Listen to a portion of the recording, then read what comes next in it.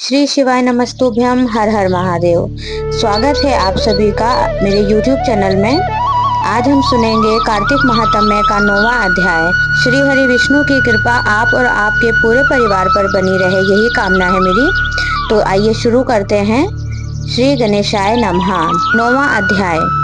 राजा पृथु ने पूछा, हे ब्राह्मण, आपने कार्तिक व्रत के विधान वर्णन में तुलसी जी के मूल में विष्णु भगवान के पूजन की विधि बताई है, अतः मैं तुलसी की महत्ता के विषय में पूछने की इच्छा करता हूँ।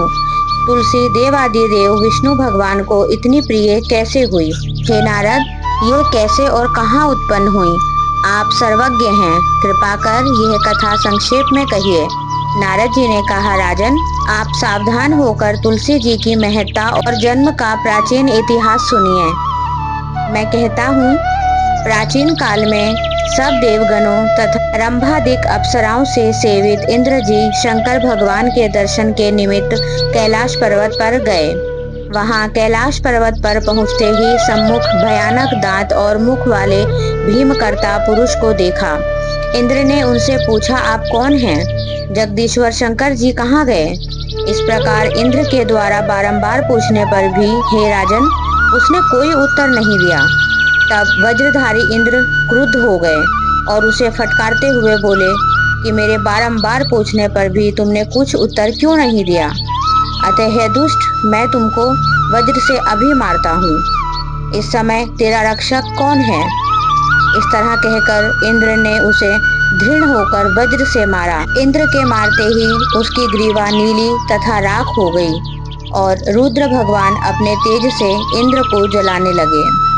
यह कांड देखकर बृहस्पति ने शीघ्र ही हाथ जोड़कर तथा इंद्र ने पृथ्वी पर दंडवत करके नम्रीभूत होकर स्तवन करना आरंभ कर दिया।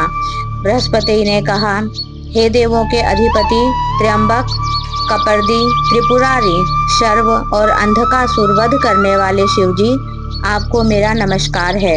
अदृश्य रहने वाले, अनेक आकृति धारण करने वाले शंभु, यज्ञ विध्वंसक, यज्ञ फलदाता, कालांतक काल, काले सर्प को धारण करने वाले, ब्रह्मा का शिरोच्छेदन करने वाले, ब्राह्मण के हितकारी, हे शिवजी, आपको नमस्कार है।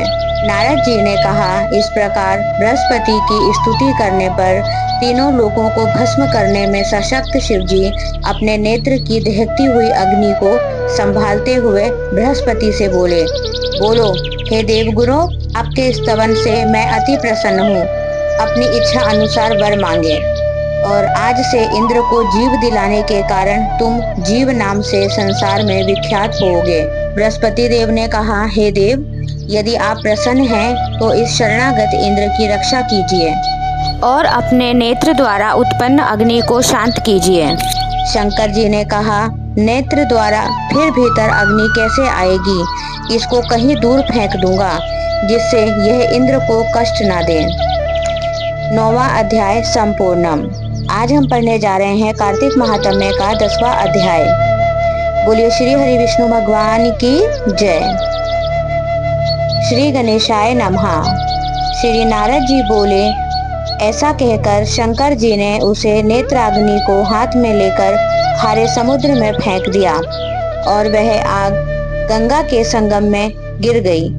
उक्त स्थान पर गिरते ही वह अग्नि बालक रूप में परिणत हो गई तथा वह बालक रोने लगा। उस बालक के रोदन से संपूर्ण पृथ्वी बारंबार कांपने लगी। देवलोक आदि सत्य लोक, तब सब लोगों के निवासी बधिर हो गए।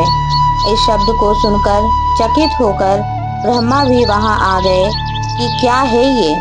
वहां जाकर ब्रह्मा ने समुद्र के तट पर एक बालक को देखा। तब ब्रह्मा जी ने यह वाक्य कहा कि यह अद्भुत बालक किसका है।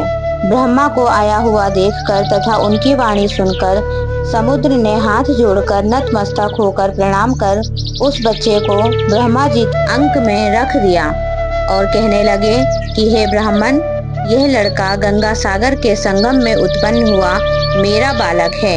हे जग के जन्मदाता, इस लड़के का जात कर्मादि संस्कार आप ही करिए। नारद जी ने कहा, समुद्र इस प्रकार कह ही रहा था कि समुद्र का बेटा ब्रह्मा जी की दाढ़ी पकड़कर बारंबार झकझोरने लगा। उस कारण ब्रह्मा जी के नेत्रों में आंसू आ गए।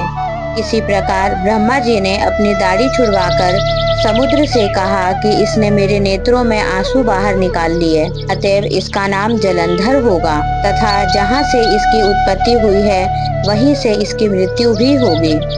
नारद जी ने कहा, ब्रह्मा जी ने ऐसा कह शुक्राचार्य को बुलाकर जलंधर का राज्याभिषेक करा दिया और नदियों के स्वामी समुद्र को बुलाकर ब्रह्मा जी अंतर्ध्यान हो गए। इसके पश्चात उस लड़के को राज्याभिषिक्त देखकर समुद्र के नेत्र हर्ष से उत्फुल्ल हो गए और समुद्र के कालनेमी से उसकी पुत्री वृंदा को जलंधर की पत्नी होने के लिए मांग लिया। इस निवेदन पर कालनेमी आदि असुरों ने प्रसन्न होकर जलंधर को अपनी कन्या दे दी। वह भी अत्यंत प्रेमवती और आज्ञाकारिणी भार्या पाकर शुक्र की सहायता से निर्विघ्न शासन करने लगा। आपको अगर ये वीडियो अच्छी लगी है तो वीडियो को लाइक कीजिए, चैनल को सब्सक्राइब कीजिए और कमेंट में जय श्री राधे जय श्री कृष्णा जरूर लिखिए।